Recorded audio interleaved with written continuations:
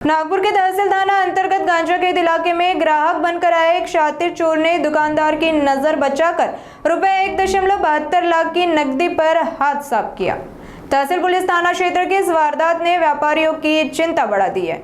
जानकारी के मुताबिक मामला गांजाखेत इलाके का है, जहां भागचंद मिरानी उम्र 61 की काजल इलेक्ट्रिकल्स नाम से दुकान है। दोपहर के समय एक अज्ञात व्यक्ति ग्राहक बनकर दुकान में आया और कैसिंग पाइप दिखाने की मांग की। दुकानदार मिरानी जैसे ही पाइप लेने ऊपरी मंजिल पर गए, मौका देखकर आरोपी ने कुर्सी पर रखी रुपए 1.72 लाख नगद से भरी थैली पार कर दी।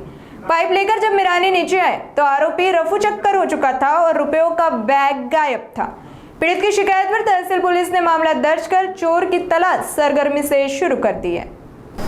पोलीस स्टेशन तहसील येथे अपराध नंबर 463/26 कलम 305 भारतीय न्याय संहितेनुसार गुन्हा दाखल करण्यात आलेला आहे। यातील जे फिर्यादी आहे भागचंद गोवर्धनदास मिराणी वय 61 वर्षे, राहणार plot number D504 Hitesh heights Om Nagar Koradi road, police Thane Jaripatka Nagpur यांचं गांजाखेत चौकाच्या जवळ काजल इलेक्ट्रिकल नावाचं एक इलेक्ट्रिक जे सामान मिळतं त्याचं दुकान आहे।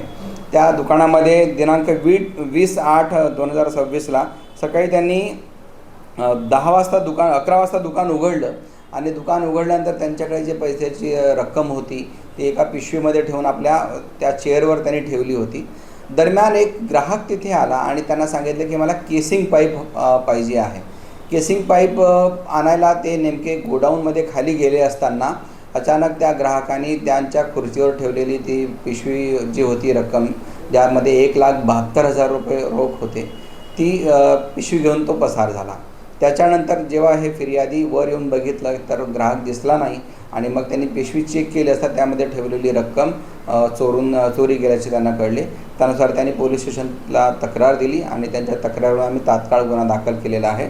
सदर गुन्ह्याचा तपास पोलीस उपनिरीक्षक मनीष शाहकार हे करत आहेत। ते सध्या DB पथकाचे प्रमुख आहेत आणि आम्ही लवकरात लवकर सदरचा गुन्हा उघडकीस आणण्याचा प्रयत्न करीत आहोत।